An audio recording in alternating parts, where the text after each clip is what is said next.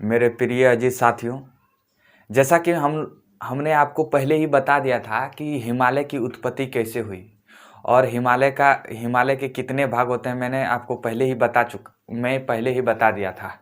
ठीक है, अब हम देखते हैं हिमालय का विभाजन। हिमालय का जो विभाजन है वो दो आधार पर किया गया। हिमालय का जो विभाजन है वो दो आधार पर किया गया। पहला जो है उत्तर से दक्षिण का विभाजन किया गया। दूसरा जो है विभाजन पश्चिम से पूरब की ओर किया गया। पहला विभाजन जो है उत्तर से दक्षिण की ओर और दूसरा विभाजन पश्चिम से पूरब की ओर। उत्तर से दक्षिण मतलब उत्तर से दक्षिण हुआ तो उत्तर से दक्षिण मतलब ऐसे जाएगा, लंबवत में जाएगा, और अगर पश्चिम से पूरब हुआ तो ऐसे क्षैतिज में जाएगा। तो होता क्या है कि उत्तर से दक्षिण विभाजन में 4 पर्वत समांतर पर्वत श्रेणियां हैं। उत्तर से दक्षिण विभाजन की अगर हम करेंगे हिमालय का तो 4 प्रमुख समांतर पर्वत श्रेणियां हैं। कौन कौन है? ट्रांस हिमालय, वृहद हिमालय, मध्य हिमालय और बाह्य हिमालय। इनको कई अनेक नामों से जाना जाता है। जैसे ट्रांस हिमालय को पार हिमालय कहा गया, फिर वृहद हिमालय को सर्वोच्च हिमालय, महान हिमालय या हिमाद्री हिमालय कहा गया। मध्य को लघु हिमालय, हिमाचल हिमालय भी कहा गया। बाह्य हिमालय को शिवालिक भी कहा गया। इनको जो है शिवालिक के ही नाम से अधिकतर हम लोग यूज करते हैं। एक बार आप स्क्रीन पर आप गौर से देखिएगा कि मैप जो है, सारे मैप देखिए, उत्तर से दक्षिण का जो विभाजन किए हैं, एक बार स्क्रीन पर आप गौर से देखिए और उसको जो है आप स्क्रीनशॉट ले लीजिए, एक बार नोट कीजिए कलम से उसको। ठीक है, तो ये था। अब देखिए सबसे पहले जो है ट्रांस हिमालय। हिमालय विभाजन का दो आधार है, उत्तर से दक्षिण विभाजन, पश्चिम से पूर्व विभाजन। उत्तर से दक्षिण विभाजन के रूप में 4 भाग में बांटा गया। उत्तर से जब दक्षिण की ओर विभाजन करते हैं, जब इधर से इधर की ओर विभाजन करते हैं तो 4 भागों में बांटते हैं। कौन कौन? ट्रांस हिमालय या पार हिमालय। तो चारों को जो है चारों को हम लोग विस्तार से पढ़ेंगे। एक्चुअली में पश्चिम से पूर्व विभाजन जो है ना बहुत कम पढ़ते हैं, बुक में भी बहुत कम दिया जाता है। तो इसको जो है हम part A, part B, part C video में ऐसे जो है, अगर ज़्यादा लंबा हो जाएगा वीडियो तो हम इसको 2-3 भाग में तोड़ देंगे। ठीक है, अब ट्रांस हिमालय। तो ट्रांस हिमालय क्या होगा कि वृहद हिमालय। देखिए ट्रांस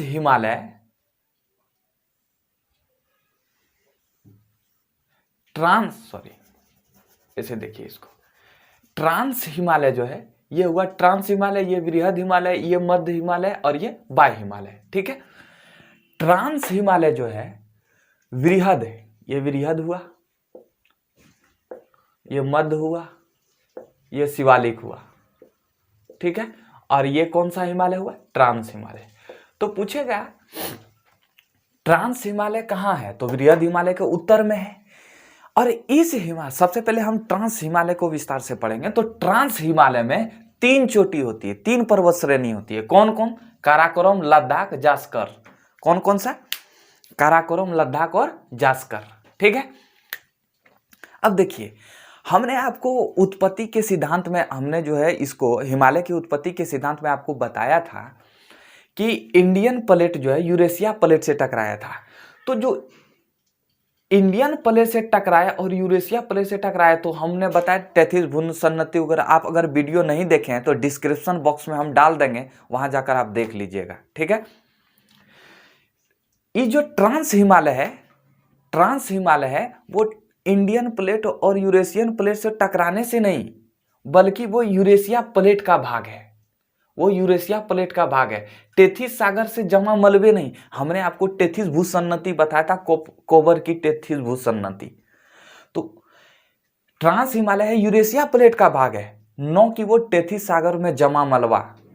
टेथिस सागर में जो जमा मलबा, हमने आपको कोबर की भूसन्नति में बताया था कि दोनों लैंड में, अंगारा लैंड और गोंडवाना लैंड में दोनों नदियां बहती थी, और वो नदियां जो है अपना मलबा को लाती थी, और मलबा क्या करती थी, जब धीरे धीरे उसमें दबाव बना तो उठता चला गया। तो उसी तरह ट्रांस हिमालय है, ये यूरेशिया प्लेट का भाग है, नो कि वो न कि टेथिस सागर में जमा मलबा है। ठीक है, क्या होता है कि अधिक ऊंचाई के कारण ट्रांस हिमालय सालों भर बर्फ से ढका रहता है। इसलिए जब सालों भर बर्फ से ढका रहेगा तो वहां बर्फ में क्या धान की खेती होगा क्या? नहीं ना हो सकता है। तो जब सालों भर बर्फ में ढका रहता है इसलिए यहाँ वनस्पति नहीं पाए जाते हैं। भारत की सबसे ऊंची चोटी गॉडविन अस्टीन जो है, जो भारत की सबसे ऊंची चोटी जो है गॉडविन अस्टीन है, वो यही ट्रांस हिमालय में ही पाया जाता है। और काराकोरम श्रेणी देखिए, ट्रांस हिमालय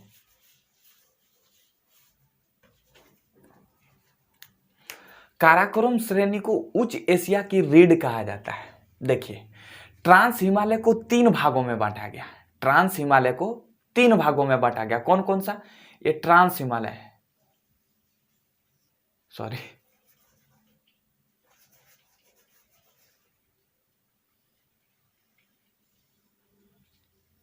ठीक है, 3 भागों में बांटा गया, काराकोरम, लद्दाख और जास्कर। काराकोरम और लद्दाख और जास्कर, जैसा कि आप स्क्रीन पर देख पा रहे हैं।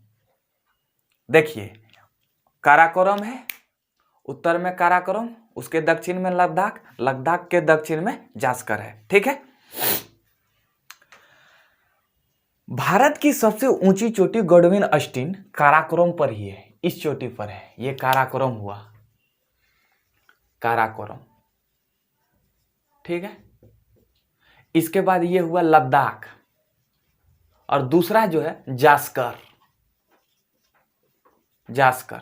ठीक है, काराकोरम पर 5 प्रमुख ग्लेशियर होते हैं। जब देखिए, हिमालय की जो हिम रेखा है वो 4500 मीटर से लेकर 6000 मीटर, 4500 मीटर से 6000 मीटर तक पश्चिम की ओर है। अब देखिए, हम अगर जितना ऊंचे पर जाएंगे ना उतना ठंडा लगेगा। क्यों लगेगा?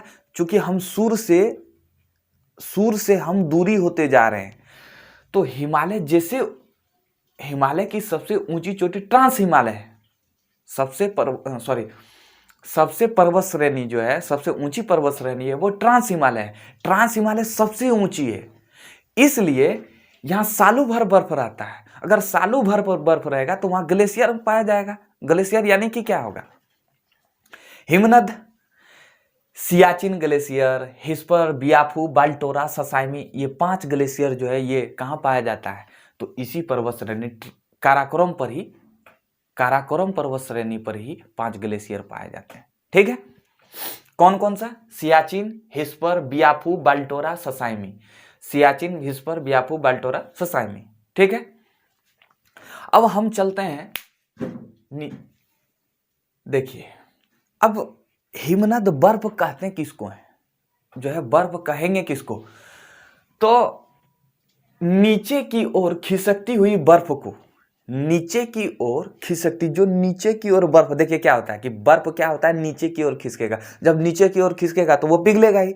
तो नीचे की ओर खिसकती हुई बर्फ को हम लोग हिमनद कहते हैं। ठीक है, सियाचिन ग्लेशियर भारत की सबसे बड़ी ग्लेशियर है। सियाचिन ग्लेशियर भारत की सबसे बड़ी ग्लेशियर है।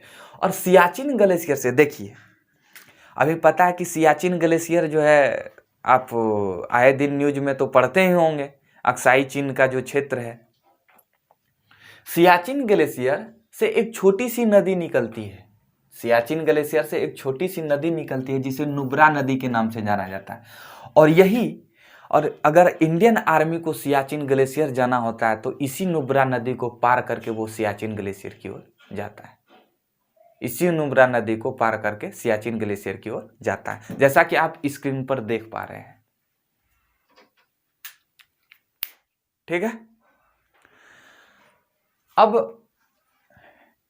काराकोरम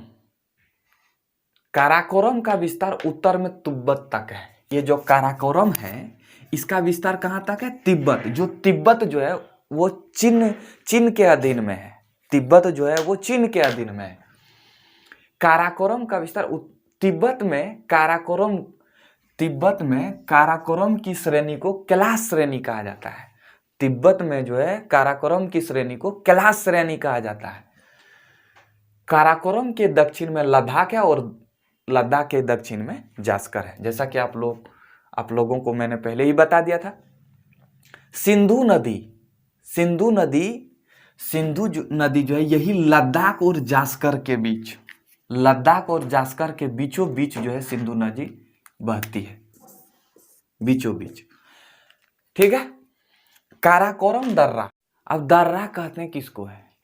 तो गांव में गाय खिलाने वाले को हम लोग, गांव में जो गाय खिलाता है ना, जो मक्का का जो चूर्ण होता है उसको हम लोग दर्रा बोल देते हैं। तो वो दर्रा नहीं, दर्रा जो है क्या होता है कि दोनों तरफ चट्टान रहता है, दोनों तरफ पत्थर रहता है, बीच में रास्ता रहता है, उसको दर्रा कहेंगे।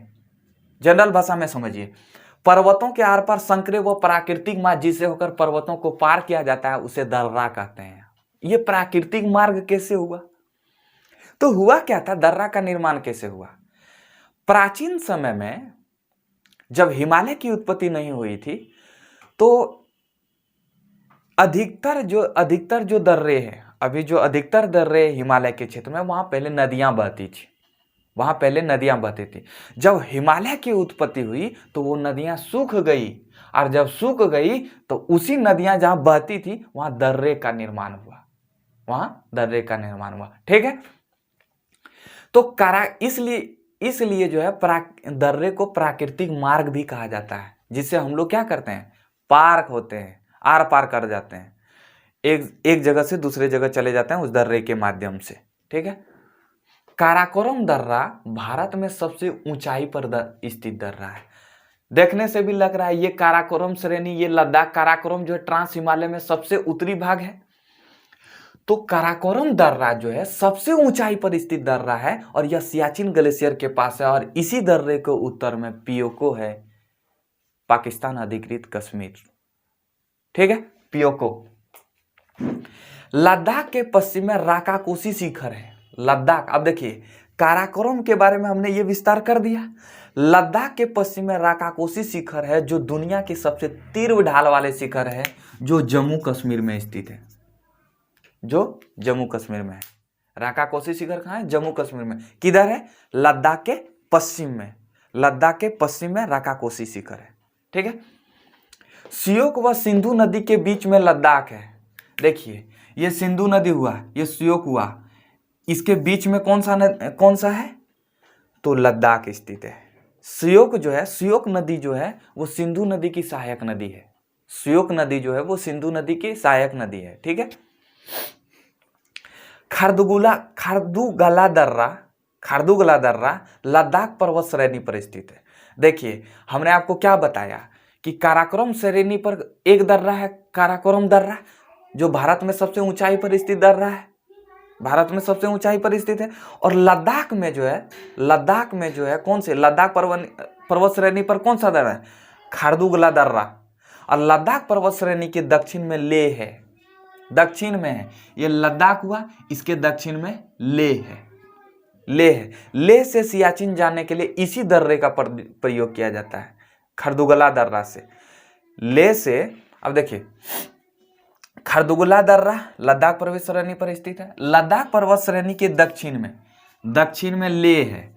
और सियाचिन जाने के लिए, लेह से सियाचिन जाने के लिए खारदुगला दर्रा से होकर जाना पड़ता है। अगर हमको सियाचिन जाना होगा, इस क्षेत्र पर जाना होगा, तो हमको जो है खारदुगला दर्रा से हमको जाना पड़ेगा। ठीक है। बुर्जिला व जोजिला दर्रा, नाम है बुर्जिला और जोजिला दर्रा, जास्कर पर्वत श्रेणी पर स्थित है। ये जास्कर पर्वत श्रेणी पर स्थित है। ठीक है। श्रीनगर से लेह जाने के लिए, अगर हमको श्रीनगर से लेह जाना है तो इसी जोजिला दर्रा का हम लोग प्रयोग करते हैं। ठीक है। और एक चीज समझिएगा, सियाचिन को सफेद पानी भी कहा जाता है। ठीक है। और बुर्जिला हमने ये पढ़ा दिया। श्रीनगर से ले जाने के लिए जोजिला दर्रा का उपयोग किया जाता है। अगर हमको श्रीनगर से ले जाना है तो हमको जोजिला दर्रा का उपयोग करेंगे। अगर हमको सियाचिन जाना है, कहाँ से? ले से, तो किस दर्रे का उपयोग करेंगे? खारदुगला दर्रा। बहुत पूछा जाता है ये, जो है ना, बहुत एग्जाम में जो है फेमस क्वेश्चन है। अगर हमको ले से अगर हमको ले से सियाचिन ग्लेशियर जाना है तो किस दर्रे का प्रयोग करेंगे, निम्नलिखित में से किस दर्रे का प्रयोग करेंगे, तो आप वो जो है समझिएगा इसको। अब बारालाचला, सिपकिल्ला, रोहतांग दर्रा, बारालाचला, सिपकिल्ला जो हिमाचल में है, रोहतांग दर्रा जास्कर श्रेणी पर स्थित है। बारालाचला, सिपकिल्ला, रोहतांग दर्रा जो है कहाँ स्थित है, जास्कर श्रेणी, जो जिला भी कहाँ स्थित है, जास्कर श्रेणी पर स्थित है। अब देखिए ट्रांस हिमालय जो है, ट्रांस हिमालय, ये हुआ ट्रांस हिमालय, ये हुआ वृहद हिमालय, ये हुआ मध्य, ये हुआ शिवालिक। तो ट्रांस हिमालय और वृहद हिमालय के बीच में एक सचर जोन है, एक सचर क्षेत्र है, ठीक है, जो इसको दोनों को अलग करता है। वृहद हिमालय और ट्रांस हिमालय दोनों को अलग करता है, ठीक है। ये इसको कहते हैं हम लोग इंडो सांगपो सचर जोन या हिंज लाइन भी कहते हैं। इंडो सांगपो सचर जोन को हम लोग हिंड लाइन भी कहते हैं। तो कौन हिंड लाइन क्या करता है, ट्रांस हिमालय और वृहद हिमालय को अलग करता है। तो चलिए हम देखते हैं, फिर से एक बार रिकॉल मारते हैं। हिमालय को कितने भागों में बांटा गया, 2 भागों में। उत्तर से दक्षिण का विभाजन, दक्षिण के आधार पर विभाजन किया गया, फिर पश्चिम से पूरब की ओर विभाजन किया। उत्तर से दक्षिण विभाजन के अंतर्गत हम लोग 4 पर्वत श्रेणी को पढ़ते हैं। कौन कौन, ट्रांस, वृहद, मध्य और शिवालिक। ट्रांस हिमालय में 3 पर्वत श्रेणी, कौन कौन सा, काराकोरम, लद्दाख, जास्कर। वृहद हिमालय के उत्तरी लद्दाख और जास्कर। काराकोरम पर ही केटू स्थित है। गॉडविन ऑस्टिन कहाँ है, काराकोरम पर ही स्थित है। और इसी काराकोरम श्रेणी पर 5 ग्लेशियर पर बियाफू, बाल्टोरा, ससाइमी, सियाचिन, हिस्पर, बियाफू, बाल्टोरा, ससाइमी। फिर काराकोरम सियाचिन ग्लेशियर जो है भारत की सबसे बड़ी ग्लेशियर है। सियाचिन ग्लेशियर को हम लोग सफेद पानी के नाम से भी जानते हैं, ठीक है। जो पॉइंट हम नोट नहीं किए हैं, अगर हम जो बोल रहे हैं वो तो आप लिख लीजिएगा, आप उसको नोट कर लीजिएगा, ठीक है। सियाचिन ग्लेशियर में एक छोटी नदी निकलती है। अगर इंडियन आर्मी को सियाचिन ग्लेशियर जाना होता है तो इसी नुब्रा नदी को पार करके वो सियाचिन ग्लेशियर की ओर जाता है, ठीक है।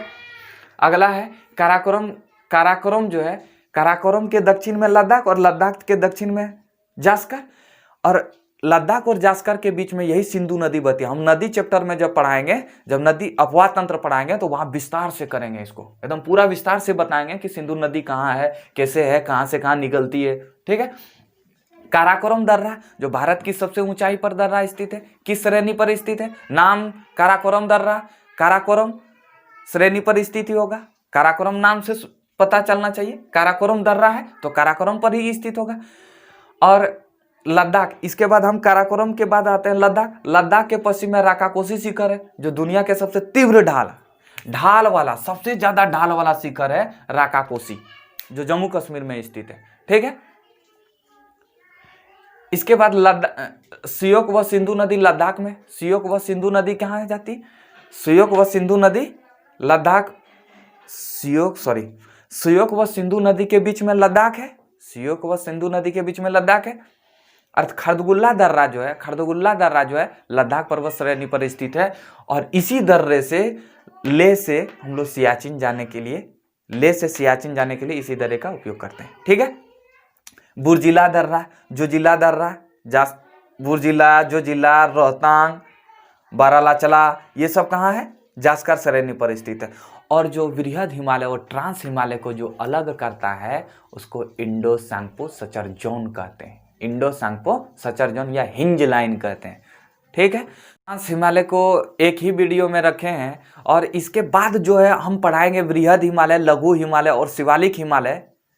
इसको जो है हम एक वीडियो में डाल देंगे। होता क्या है कि आप लोग जो है ज़्यादा वीडियो रहता है तो आप लोग बौखला जाते हैं, हो इतना नहीं देखेंगे। तो हम जो है आपको जो है वो तीनों जो है वृहद हिमालय, इसके बाद जो शिवालिक और लघु और शिवालिक जो है उसको हम एक वीडियो में तोड़ देंगे। तो इसलिए हिमालय को 3 भाग में हमने बांट दिया है। हिमालय के वीडियो को हमने 3 भाग में, part A, part B, part C, ठीक है। एकदम विस्तार से पढ़िएगा, कोई भी चीज को एक बार पढ़िए लेकिन विस्तार से पढ़िए, शॉर्ट फार्मूला को मत अपनाइए, स्मार्ट पढ़ाई कीजिए, ठीक है। हार्ड वर्क मत कीजिए, स्मार्ट वर्क कीजिए। ओके, तो आज ट्रांस हिमालय का बस इतना ही रहा दोस्तों। इसके बाद आप अगला वीडियो के लिए बने रहिए और मैं मिलता हूँ, बहुत जल्द ही मिलेंगे। तब तक के लिए मुझे जाने की इजाज़त दीजिए दोस्तों। नमस्कार, जय हिंद दोस्तों।